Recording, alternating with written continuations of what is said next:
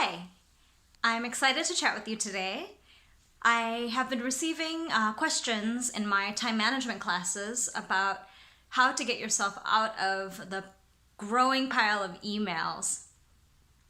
Email is still one of my favorite modes of communication because of all the different moving pieces in my life. Email is something I can refer back to. So many people would say, oh, email is an impersonal way of communication. But for me, I still think it's a pretty useful tool. It's not the only way, but it is something that is not going away. So today I want to help you be able to manage those growing stack of emails. And it's actually really simple. That's the good news. It is, I use kind of a 5-step approach, and I go through the emails a couple of times a day. I set times to check my email. Usually it's early in the day and then sometime in the mid-afternoon so I can catch up. Of course, throughout the day I get those little pop-ups. And so if I see that, oh, it's a specific client that I want to make sure I get to right away, I will take a look and see if it's something I need to address. But otherwise, I try to ignore the other pop-ups email because I don't want to be distracted from my task at hand. If it's too distracting for you, I would recommend you actually turn off those email pop-up notifications so you're not being interrupted every 5 minutes. But here it goes. These are the 5 tricks to ensuring you have a clean, clear, up-to-date, responsive email system. All right, so it's the 5 Ds. Whenever you go through your emails, there are these 5 Ds that should be going through your head. They are do it, delegate it, delete it, document it, or defer it. It seems simple, right? Do it, delegate it, delete it, document it, or defer it. But there are little nuances to it. So some are more obvious than others. Do it. If you get an email that requires your immediate response or is knowledge that you can quickly gather and respond to them, then just do it. I find that the emails that say, hi, I got your email, I'll get to it later today, is nice so that the person knows that you have read your email and are working on it. But it also, when this afternoon passes and tomorrow you haven't responded yet, then they're wondering, did you forget? You know, this was a small, simple task. It would have been great if you would have just replied.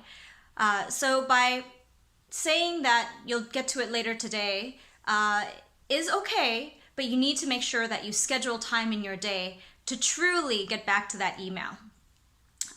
So I would err on the side of, with do it, it's the intention here is to actually resolve the email by doing what is requested of you. The second one is called delegate it. It's similar to doing, but maybe you're not exactly the right person to make the response. Maybe it's another colleague, somebody else in your team, or even referring out to somebody. But is this an email where it's better suited for someone else to respond? This is really good for people who are the natural doers. You want to be everyone's helper, you want to answer all your emails and be really responsive. But what sometimes happens is people always turn to you for those answers. And as your workload grows, you're going to have to consider, are there some situations and some emails that you just kind of have to gently say no to?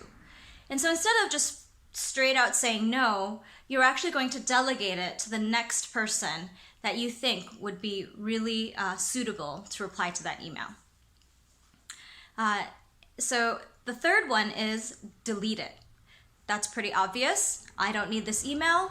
This is spam. I don't need this email. It's about something that I am kind of interested, but really there's no action item from me. I'm never going to want to read it again. Just delete it. Don't let it sit in your inbox. I know some people think, oh, maybe someday I may want to refer to it. If that's the case, then you are actually at your 4th D. Instead of just letting those in the future I might need that email sit in your inbox and kind of cause you stress that, oh, now I have 200 emails in my inbox, document it. The 4th D, document it. So if you don't need it, either delete it or document it.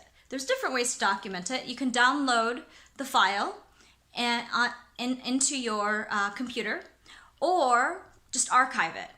You can create folders in your email system and just archive it so that it's not sitting in your main email inbox.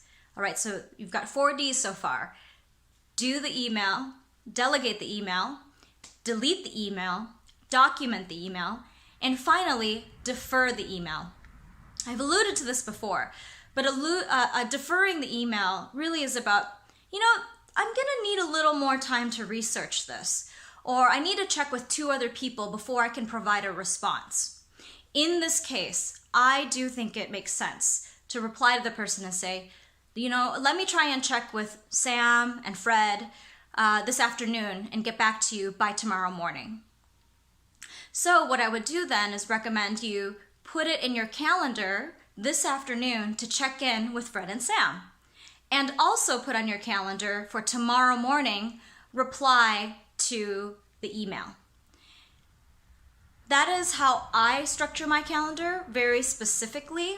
But you can also do just a chunk of time at the beginning of the day, midday, end of the day, your choice, reply to deferred emails.